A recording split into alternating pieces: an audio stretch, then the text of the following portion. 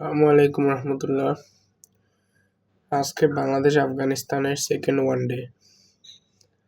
খুবই অবাক অবস্থাটা দেখে। এখন ইমপ্রুভটা কিভাবে করবেন?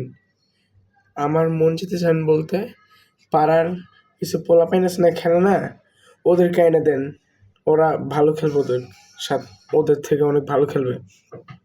কিন্তু যেটা আমি বলছি, যাদেরকে বাদ করা উচিত, জাকের আলী অনিক, নাজমুল হোসেন শান্ত, মেহেদী হাসান মিরাজ, এরা মেইন। আর আরও আছে অনেক। আর ঢোকানো উচিত আর ইয়াং ক্রিকেটারদের আমাদের, যেমন আকবর আলী, তিনি আমাদের ওয়ার্ল্ড কাপ উইনার, তাকে ঢোকানো উচিত। মারুফ মৃধা, জিসান আলম, আমাদের একটা ওপেনিংয়ে বড্ড ঝামেলা হইতেছে, তানজিদ তামিম, তাকেও ড্রপ করা উচিত। জিসান আলমকে ইন করা উচিত আমার মতে। এটাই বলা ছিল, বাকিরা আপনারা বুঝে নেন। আসসালামু আলাইকুম রহমতুল্লাহ।